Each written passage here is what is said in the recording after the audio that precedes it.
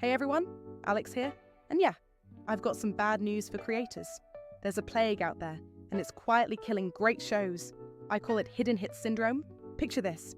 You've got a podcast or a video that's actually fantastic, but unless you shove it in front of people, it might as well be on a deserted server.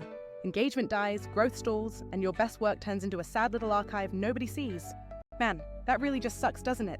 So the obvious cure is promotion. Make short, punchy clips for social so people actually notice your content. But here's the catch. Chopping up long-form content and turning it into dozens of attention-grabbing social posts is often as time-consuming as producing the original episode. That's the real problem. The process of promotion becomes a second full-time job, and 9 times out of 10 creators simply don't have the hours. Now you might be thinking, isn't there something like Descript that already does this? Sure, tools like Descript, CapCut, Headliner, and the rest have their strengths. Descript is great for transcript-based editing and being precise. CapCut is rad for manual mobile edits and flashy transitions. Headliner makes captioning simple, but they're often partial solutions. Maybe they don't automatically find the best viral moments. Maybe the scheduling is clunky or costs us a lot for team accounts. Or maybe you still spend tons of time picking timestamps and cutting, which defeats the whole purpose of saving time. In short, they help, but they don't solve hidden hit syndrome end-to-end. Enter Vizard, not a miracle pill, but the practical antidote. Vizard is built specifically to turn long videos into viral-ready short clips with minimal fuss. It actually understands what parts of your long-form content will perform on socials and packages them for you. And because I don't want this to sound like some cheesy ad, I'll walk you through how I'd use it on a real podcast episode, step by step, so you can see why it's different. All right, I've got my podcast episode fully edited and ready. First thing I do is upload it to the tool. Uploading is fast and painless. The system starts analyzing the transcript and audio right away. Within minutes, it's flagged potential highlights. You know, the laugh out loud moments, the hot takes, the quotable lines. That automatic detection is the magic. Instead of me combing through an hour-long file, the system surfaces the moments that matter. Next, I create a new clip composition. Think of it like making a new canvas for Instagram Reels, TikTok, or YouTube Shorts. The platform has presets for portrait, square, or landscape, so you don't have to guess the aspect ratio. I pick portrait because that's the default for most platforms. Then I browse the AI-suggested clips. I can preview a dozen short candidates in seconds and pick the ones that feel catchy. If you like to be hands-on, the editor lets you tweak things just like you're used to in other editors. You can drag to trim, change the in, out points, and rearrange scenes. But here's what I love. The tool has an auto-edit mode called Auto Editing Viral Clips. Hit that, and it will intelligently stitch together context, trim awkward pauses, and even pick an intro-worthy cut that hooks within the first 2 seconds. That's the difference between a clip that scroll stops and one that gets lost. Captions are non-negotiable.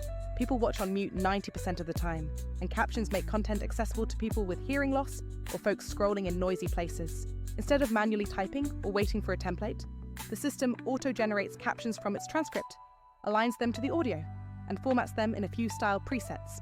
I usually pick a bold, high-contrast caption style, so it reads fast on tiny phones. If you want, you can customize font, size, background, and positioning, but you don't have to.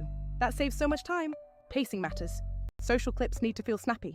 The tool has built-in features to tighten pauses and shorten word gaps without sounding like a robot. There's a shorten gaps toggle that gently trims silences and reduces filler without chopping the flow. Play it back. Suddenly the same sentence hits with more energy. You can also quickly speed up a clip of hair, add a subtle beat, or punch up the color grading. Small things that make content feel more clickable. Want to make your clip pop visually? The built-in media library is clutch.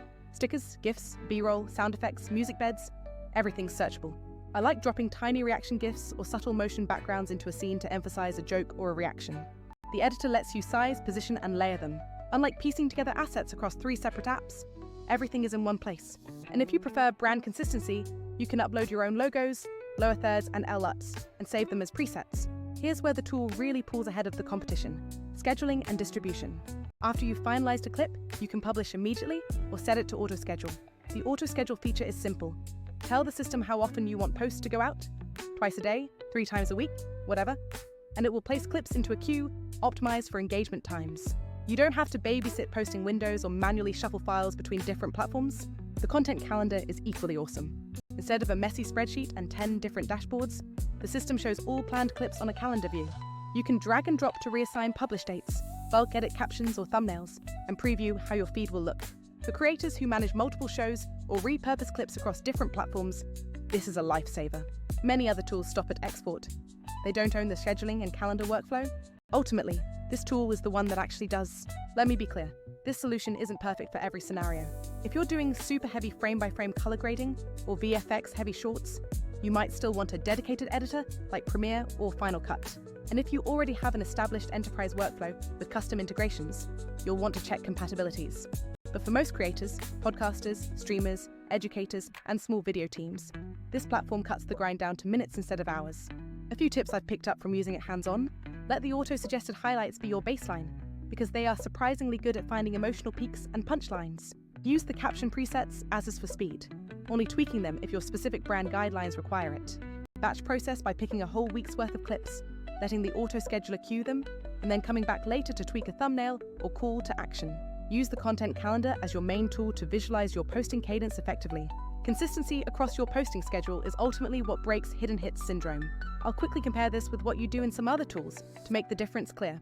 The first tool gives you transcriptions and great editing tools, but you still spend time manually cutting and exporting each clip, and their scheduling is limited unless you bolt on other apps.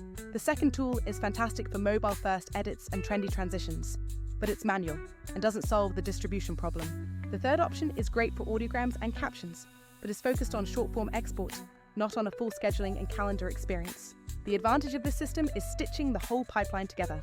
Find viral parts, polish them quickly, and publish consistently, all inside a single workflow. So yeah, if you're tired of producing killer episodes that no one ever sees, this tool is worth trying. It's not just about saving time. It's about turning the promotion side of your job from a chore into something that actually scales. You can turn one long episode into a month of bite-sized, platform-ready clips without hiring an editor or staying up late to crank them out yourself.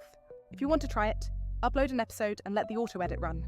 Preview the clips, make a couple stylistic tweaks, turn on auto-schedule, and watch the calendar fill up.